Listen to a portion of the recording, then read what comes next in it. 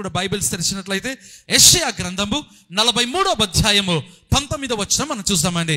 యెషయా గ్రంథము 43వ అధ్యాయము 19వ వచనం. ఇదిగో నేను ఒక నూతన క్రియ చేయుచున్నాను, ఇప్పుడే అది మొలుచును, మీరు దాన్ని ఆలోచింపరా. నేను అరణ్యములో త్రోవ కలగజేయుచున్నాను, ఎడారిలో నదులు పారజేయుచున్నాను. చాలండి.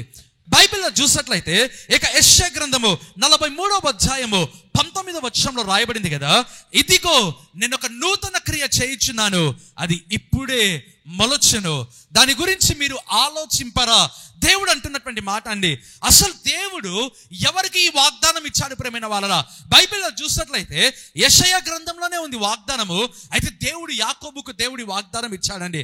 దేవుడు మీరు చూసినట్లయితే ఇక మొదటి వచనం నుంచి కూడా మీరు చూసినట్లయితే ఈ ప్రామిస్ లేదా ఇక వాగ్దానము ఎవరికి అంటే ఇది యాకోబుకు దేవుడు ఇచ్చినటువంటి వాగ్దానము. అయితే యాకోబుకు మాత్రమే కాదు కానీ ప్రతి విశ్వాసికి కూడా దేవుడి యొక్క వాగ్దానం ఇస్తున్నాడండి. I will do a new thing. NIVలో మాత్రమే మనకు కనిపిస్తుంది ఐ యామ్ డూయింగ్ అంటున్నాడు దేవుడు. అంటే ఇప్పుడు మీ జీవితంలో నేను ఒక నూతనమైన క్రియ నేను చేస్తూ ఉన్నాను అన్నాడండి. హల్లెలూయా. మన దేవుడు ఎలాంటి దేవుడు అంటే ప్రెసెంట్ కంటిన్యూస్ టెన్స్ అండి. అంటే మన జీవితంలో ఆయన నూతనమైన క్రియ చేస్తాడు.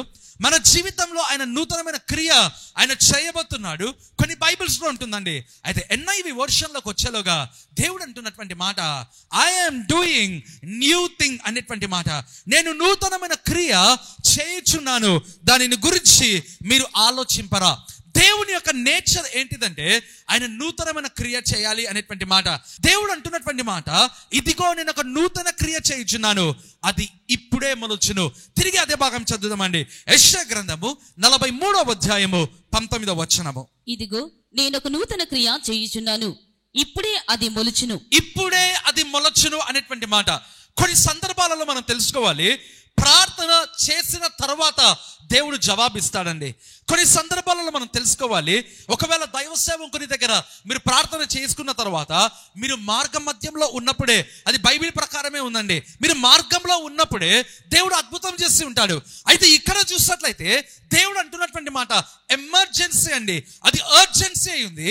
అందుకే దేవుడు అంటున్నటువంటి మాట ఇప్పుడే అంటున్నాడు. రైట్ నౌ అనేటువంటి మాట లేదా నౌ అనేటువంటి మాట అండి. దేవుడు అంటున్నాడు కదా I'm doing a new thing, నేను ఒక నూతన క్రియ చేస్తూ ఉన్నాను కనుక అది ఇప్పుడే మొలచును అనేటువంటి మాట అండి. బైబిల్లో చూసినట్లయితే ఆ భాగంలో రాయబడింది కదా, ఆ యెషయా గ్రంథంలో మనం చూస్తున్నాము ఇదిగో నేను ఒక నూతన క్రియ చేయుచు ఉన్నాను అనేటువంటి మాట. దేవుని యొక్క నేచర్ ఏంటిదంటే ఆయన ప్రామిస్ ఇస్తాడు మొదటిగా. రెండవదిగా ఆయన యొక్క నేచర్ ఏంటిదంటే దేవుడు ఎప్పుడు కూడా సంథింగ్ న్యూ చేయాలనుకుంటుంటాడండి. అందుకే మనం ఒక పాట పాడేటువంటి వాళ్ళం, do something new in my life, do something new in my life. ప్రభా నా జీవితంలో ఏదైనా ఒక నూతనమైన క్రియ నీవు చేయి ప్రభా అని ఒక పాట ఉందండి. బైబిల్లో చూసినట్లయితే యెషయా గ్రంథము 43వ అధ్యాయము 18వ వచనం మనం చూద్దాం. యెషయా గ్రంథము 43వ అధ్యాయము 18వ వచనము. మునుపటి వాటిని జ్ఞాపకము చేసుకొనుకుడి, పూర్వకాలపు సంగతులను తలంచుకొనుకుడి. చూడండి ఇక్కడ చూసినట్లయితే దేవుడు ఒక హెచ్చరిక. ఏంటిది ఆ హెచ్చరిక అంటే మనం 19వ వచనంలో చూసినాము. దేవుడు అన్నాడు దానిని గూర్చి మీరు ఆలోచింపరా. అంటే దేవుడు ఒక క్వశ్చన్ వేస్తున్నాడండి. దేవుడు మనకు ఒక ప్రశ్న వేస్తున్నాడు. ఏంటిది ఆ ప్రశ్న అంటే నేను ఒక నూతన క్రియ చేయాలనుకుంటున్నాను, నా నేచర్ ఏది, I want to do something new, నేను ఒక నూతనమైనది చేయాలనుకుంటున్నాను, అయితే మీరు దాని గురించి ఆలోచింపరా. అందుకే ముందు వచనంలో దేవుడు అంటున్నాడు కదా మునుపటి వాటిని జ్ఞాపకము చేసుకొనకుడి. అంటే దేవుడు ఏమంటున్నాడంటే నేను చేసే నూతనమైన క్రియను గురించి ఆలోచించండి. నేను ఇప్పుడు ఏదైతే నూతన క్రియ చేస్తున్నానో దానిని గురించి మీరు ఆలోచించండి, అంతేకాని మునుపటి వాటిని మీరు తలంచుకొనకుడి. మన జీవితంలో ఎప్పుడు కూడా మీరు చూసినట్లయితే పాతవి గురించి మనం ఆలోచిస్తుంటామండి.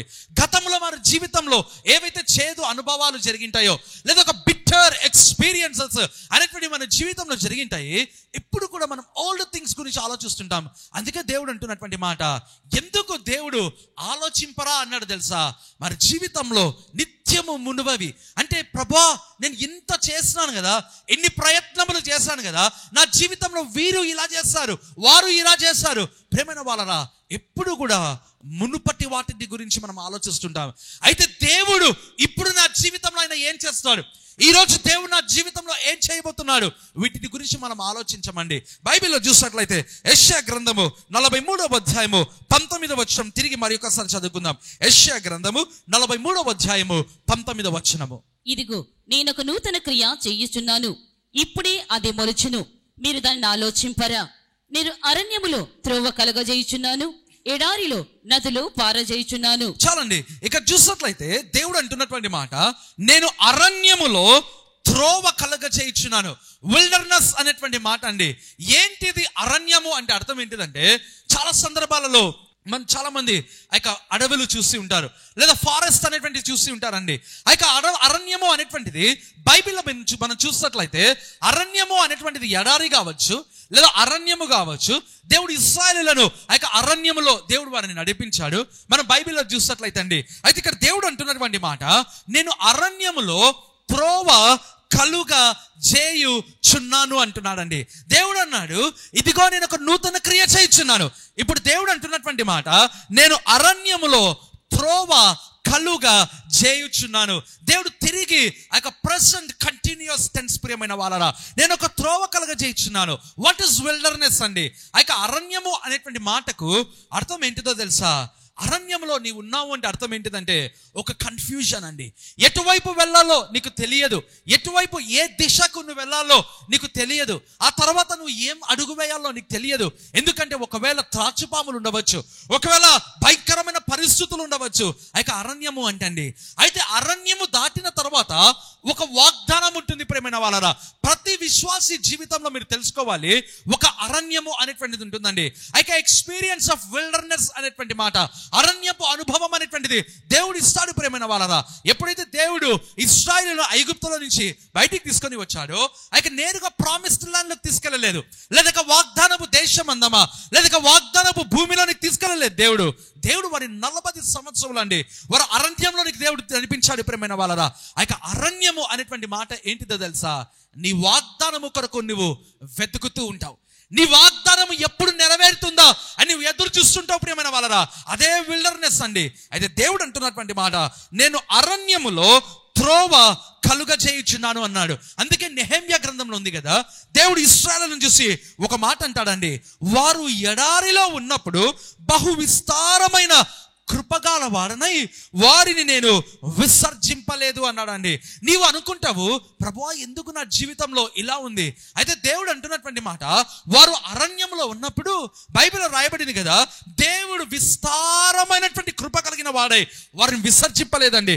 నెహెమ్యా గ్రంథం 9వ అధ్యాయము 19వ వచనంలో మనకి మాట కనిపిస్తుంది ప్రియమైన వాళ్ళరా. బైబిల్లో చూసినట్లయితే లూకా సువార్త 4వ అధ్యాయము 1వ వచనం మనం చూద్దామండి. లూకా సువార్త 4వ అధ్యాయము 1వ వచనము. యేసు పరిశుద్ధాత్మ పూర్ణుడై యోర్దాను నది నుండి తిరిగి వచ్చి 40 దినములు ఆత్మ చేత అరణ్యంలో నడిపింపబడి. చాలండి, ఇక్కడ చూసినట్లయితే యేసుక్రీస్తు జీవితంలో కూడా విల్డర్నెస్ ప్రేమైన వాళ్ళరా. దాని అర్థం ఏంటిదంటే, ఒకవేళ నీవు దేవుని సేవలో ఉన్నావు, లేదా దేవుని యొక్క సేవ నువ్వు చేయాలనుకుంటున్నావు, దేవుడు అరణ్యంలో దిశగా నడిపిస్తాడండి. ఒకవేళ నీ జీవితంలో ఇంకొక ఆశీర్వాదం కావాలి, కారణం ఏంటిదంటే క్రైస్తవ్యం అనేటువంటిది చాలా సందర్భాలలో కేక్ వాక్ లాగా తీసుకుంటారండి. అయితే Christianity is nothing but it's a life style. అదొక జీవన శైలి అండి.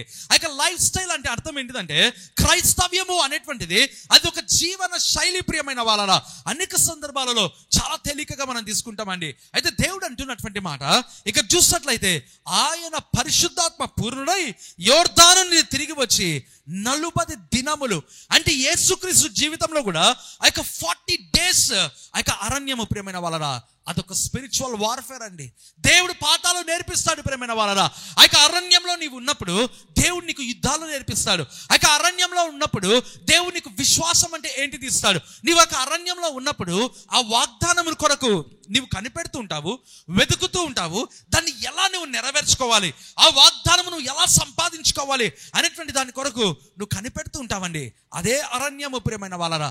దేవుడు అంటున్నటువంటి మాట లేదా బైబిల్లో చూసినట్లయితే, ఆయన ఆత్మ పూర్ణుడై అనేటువంటి మాట, జీసస్ బీయింగ్ స్పిరిట్ ఫిల్డ్ అండి.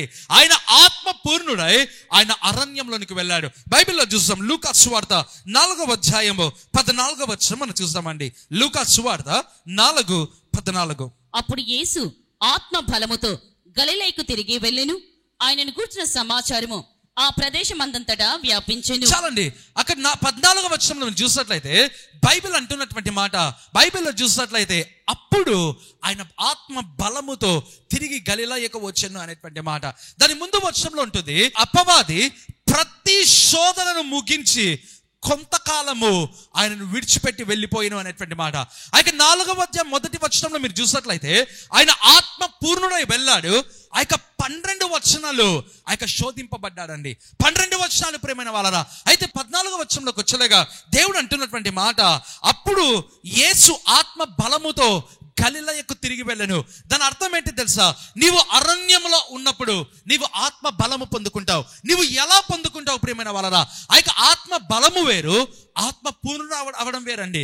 యేసుక్రీస్తు ఆ యొక్క యోర్దాను నదిలో ఆ యొక్క బాప్తిస్మము తీసుకున్న తర్వాత, ఆ యొక్క రివర్ జోర్డాన్ లో ఆ యొక్క బాప్తిజం అయిన తర్వాత ఆయన అరణ్యంలోనికి వెళ్ళాడు. అయితే అరణ్యంలోనికి నడిపింపబడిన తర్వాత బైబిల్లో రాయబడింది కదా, ప్రతి శోధనను అపవాది ముగించింది. ఆ తర్వాత కొద్ది కాలము ఆయన విడిచిపెట్టి వెళ్ళిపోయింది. దాని అర్థం ఏంటి తెలుసా? ఆ కొద్ది కాలమే అండి. అయితే ఆ తర్వాత ఆయనకు శోధనలు అనేటువంటి మళ్ళా ఉంటాయండి, మరలా ఉంటాయి. క్రైస్తవ జీవితంలో, విశ్వాస జీవితంలో మనం తెలుసుకోవాలి, శోధన అనేటువంటిది అది అయిపోదు ప్రేమైన వాళ్ళరా. నీ జీవితంలో ఆ యొక్క శోధనలు అనేటువంటివి ఉంటాయి. అయితే దేవుడు అంటున్నటువంటి మాట, ఆత్మ బలముతో ఆయన గలిలయకు తిరిగి వెళ్ళను అనేటువంటి మాట. అందుకే మనం పాడుకుంటాం కదా, శోధింపబడిన మీదట నేను సువర్ణమై నేను మారతాను ప్రభా. నీ జీవితంలో ఎప్పుడైతే శోధన అనేటువంటిది ఉంటుందో, నీ జీవితంలో ఎప్పుడైతే అరణ్యము దిశగా ఆ యొక్క అరణ్యములో నీవు శోధింపబడతావో, అప్పుడు నీ జీవితంలో ఒక సువర్ణముగా మారుతావు ప్రియమైన వాళ్ళరా. శోధన అయిన తర్వాతనే ఒక వ్యక్తి సువర్ణమయముగా మారుతాడు. మరి జీవితంలో